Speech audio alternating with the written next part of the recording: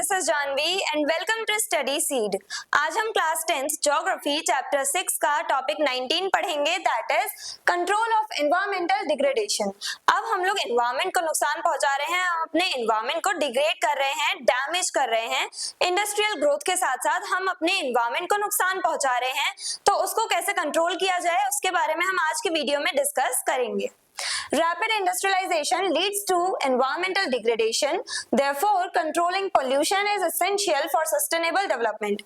अब जब हम लोग इंडस्ट्रियलाइजेशन कर रहे हैं, यानी कि हम इंडस्ट्रियलाइज्ड होते जा रहे हैं, इंडस्ट्री सेटअप करते जा रहे हैं, अपनी इंडस्ट्रियल ग्रोथ करवा रहे हैं, तो उसके साथ साथ हम क्या कर रहे हैं, अपनी ग्रोथ के साथ साथ हम लोग एनवायरमेंट को नुकसान पहुंचा रहे हैं। हम ग्रोथ कर रहे हैं, हम लोग डेवलप हो रहे हैं, अपनी इंडस्ट्रीज की ग्रोथ हम करवा रहे हैं, काफी बेनिफिट मिल रहा है इंडस्ट्रियलिस्ट को, लेकिन साथ ही साथ क्या कर रहे हैं, हम अपने एनवायरमेंट को भी डैमेज कर रहे हैं, अपनी प्रकृति को नुकसान पहुंचा रहे हैं।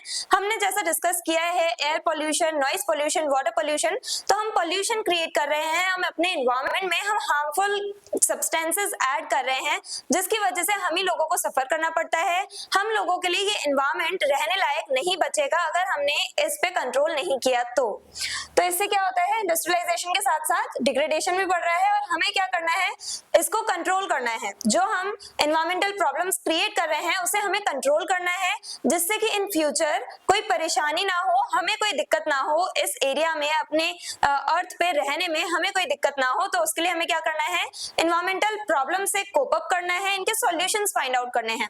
हमें एनवायरमेंटल पोल्यूशन को रोकना है, कंट्रोल करना है, जिससे कि हम लोग सस्टेनेबली ग्रो कर पाए।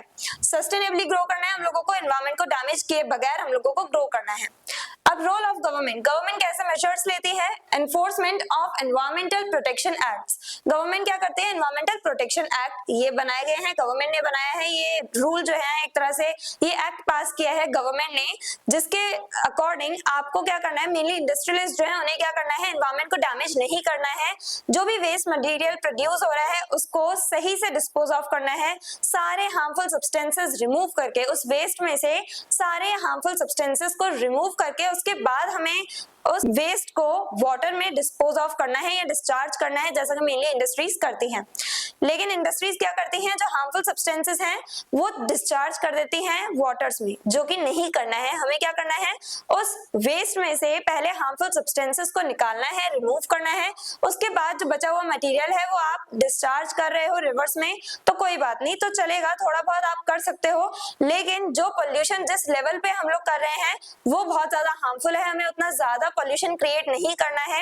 एनवायरमेंट को हम बहुत तेजी से डिग्रेड करते जा रहे हैं, बहुत ज्यादा पोल्यूट करते जा रहे हैं, तो अब हमें उसे थोड़ा कंट्रोल करना है। अगर हम बिल्कुल जीरो लेवल पे नहीं ला सकते, अगर प्रॉपर्ली से खत्म नहीं कर सकते, तो कम से कम जितना हमसे हो सके और ज्यादा पोल्यूशन फैलाने से हम बचें और ज्यादा पोल्यूशन क्रिएट ना करें। Monitoring by pollution control boards. Government क्या करती है, स्पेशली एक बॉडी बना रखी है पोल्यूशन कंट्रोल बोर्ड्स। ये जो बॉडी है वो मॉनिटर करती है कि किस एरिया में सबसे ज्यादा पोल्यूशन हो रहा है, कौन सी रिवर सबसे ज्यादा पोल्यूटेड है, यानी कि जो क्वालिटी है वाटर की, जो क्वालिटी है, जो एयर है, उसमें कितना पोल्यूशन है, वो सब मेजर कौन करता है, कौन कैलकुलेट करता है, यही बॉडी। और ये फिर बाद में एक्शंस भी लेते हैं उन इंडस्ट्रीज के अगेंस्ट में जो पोल्यूशन फैला रही हैं, पोल्यूशन क्रिएट कर रही हैं। एनकरेजिंग इको फ्रेंडली टेक्नोलॉजी, और गवर्नमेंट क्या करती है, इको फ्रेंडली टेक्नोलॉजी जो है, इको फ्रेंडली जो मशीन्स हैं, इको फ्रेंडली वे में जो हम प्रोडक्शन है वो करें।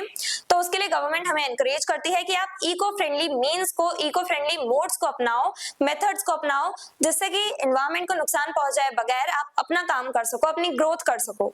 तो गवर्नमेंट ये सारे मेजर्स लेती है। साथ ही साथ जो इंडस्ट्रीज सबसे ज्यादा पोल्यूशन क्रिएट करती हैं उन पे पेनल्टीज भी लगाई जाती है गवर्नमेंट के थ्रू। Role of individuals. अब हम इंडिविजुअल्स कैसे अपना रोल प्ले कर सकते हैं इस एनवायरमेंटल डिग्रेडेशन को कम करने में या रोकने में। Conserving energy and water. हम लोगों को जो एनर्जी रिसोर्सेज है हमारे, जैसे कि इलेक्ट्रिसिटी हो गई, इलेक्ट्रिसिटी हमें पता है कैसे बनती है, हम वाटर के थ्रू, दूसरे जो हमारे रिसोर्सेज हैं, नेचुरल रिसोर्सेज जो हैं उनके थ्रू, जैसे कि कन्वेंशनल और नॉन कन्वेंशनल सोर्सेज जो है हमारे, उनके थ्रू हम क्या करते हैं, इलेक्ट्रिसिटी जनरेट करते हैं। तो इलेक्ट्रिसिटी बनाने के लिए काफी ज्यादा वाटर का, एयर का, सनलाइट का, ये तो खैर हमारे रिन्यूएबल रिसोर्सेज हैं, लेकिन काफी सारे नॉन रिन्यूएबल रिसोर्सेज जैसे कि कोल, पेट्रोलियम, इनका भी यूज किया जाता है इलेक्ट्रिसिटी जनरेट करने के लिए। अगर हम यहाँ पे इलेक्ट्रिसिटी वेस्ट करेंगे, अपने रूम्स में लाइट्स ऑन छोड़ देंगे, फैंस ऑन छोड़ देंगे, तो उससे क्या होगा, जितना ज्यादा हम यहाँ पे इलेक्ट्रिसिटी को वेस्ट करेंगे उतने ही ज्यादा वहां पे रिसोर्सेज का यूज किया जाएगा दोबारा से इलेक्ट्रिसिटी बनाने के लिए, दोबारा से इलेक्ट्रिसिटी जनरेट करने के लिए। तो हमें क्या करना है, एनर्जी रिसोर्सेज जो है उन्हें बचाना है। हम लोगों को ये जो एनर्जी है, जो लाइट हमें मिल रही है, जो ये इलेक्ट्रिसिटी है, ये सारे जो रिसोर्सेज है हमें इन्हें कंजर्व करना है, सेव करना है, इन्हें एक्सप्लॉइट नहीं करना। और दूसरे जो हमारे रिन्यूएबल और नॉन रिन्यूएबल दोनों रिसोर्सेज जो है उनको हमें सेव करना है। रिन्यूएबल एनर्जी का तो हम यूज कर भी सकते हैं, फिर भी ज्यादा अमाउंट में हम उनका यूज करें ये बेटर रहेगा। हमें क्या करना है, नॉन रिन्यूएबल रिसोर्सेज को मेनली कंजर्व करना है। Supporting eco friendly production, eco friendly way में हम लोगों को प्रोडक्शन करना है। स्प्रेडिंग अवेयरनेस, अब एनवायरमेंटल डिग्रेडेशन से रिलेटेड हमें अवेयरनेस फैलानी है, लोगों को जागरूक करना है इस बारे में कि हमें एनवायरमेंट को प्रोटेक्ट करना है। हमने बहुत ज्यादा डैमेज पहुंचा दिया है, हमने एनवायरमेंट को डिग्रेड कर दिया है, अब हमें इस एनवायरमेंट को प्रोटेक्ट करना है। उसके लिए हमें क्या करना पड़ेगा, पॉल्यूशन कम करने के लिए हमें कौन कौन से स्टेप्स लेने पड़ेंगे, इसके बारे में हमें लोगों में अवेयरनेस फैलानी है।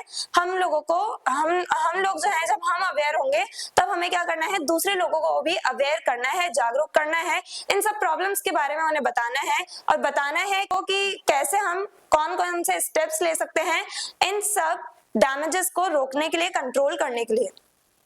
Sustainable industrial development, balance between industrial growth and environmental protection.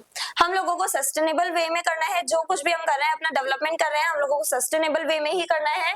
हम लोगों को बैलेंस क्रिएट करना है, यानी कि हम लोग ग्रो भी कर पाए, हमारी इंडस्ट्रीज भी ग्रो कर पाए, साथ ही साथ हम एनवायरमेंट को भी डैमेज ना करें। हमें इस टाइप से ग्रो करना है जिससे कि हम अपना भी बेनिफिट कर पा रहे हैं, हमें भी एडवांटेजेस मिल रहे हैं, साथ ही साथ हमारा जो एनवायरमेंट है, हमारी जो प्रकृति है, हम उसे भी डैमेज नहीं कर रहे हैं। एफिशिएंट यूज ऑफ रिसोर्सेज, हमें रिसोर्सेज का सोच समझ के अच्छी तरह से प्लान्ड वे में यूज करना है रिसोर्सेज को। Reduction, reuse and recycling of waste, अब ये जो 3 R's हैं इनका हमें यूज करना है मेनली।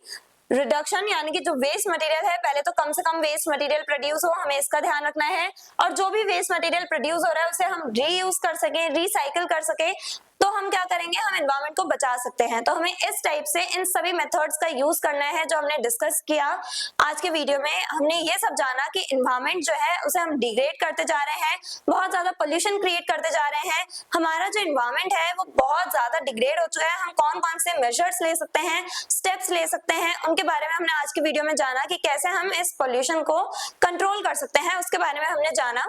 गवर्नमेंट कैसे अपना रोल प्ले करती है, हम क्या कर सकते हैं, हम कैसे अपना रोल प्ले कर सकते हैं, कौन से स्टेप्स ले सकते हैं, उसके बारे में हमने डिस्कशन करी। I hope everything is clear. और अगर आपको इस चैप्टर के डिटेल नोट्स चाहिए तो हमारी वेबसाइट studyseed.net पे विजिट करें, लिंक डिस्क्रिप्शन बॉक्स में दिया गया है। मिलते हैं नेक्स्ट वीडियो में नेक्स्ट टॉपिक के साथ। Stay curious, stay consistent. Thank you very much.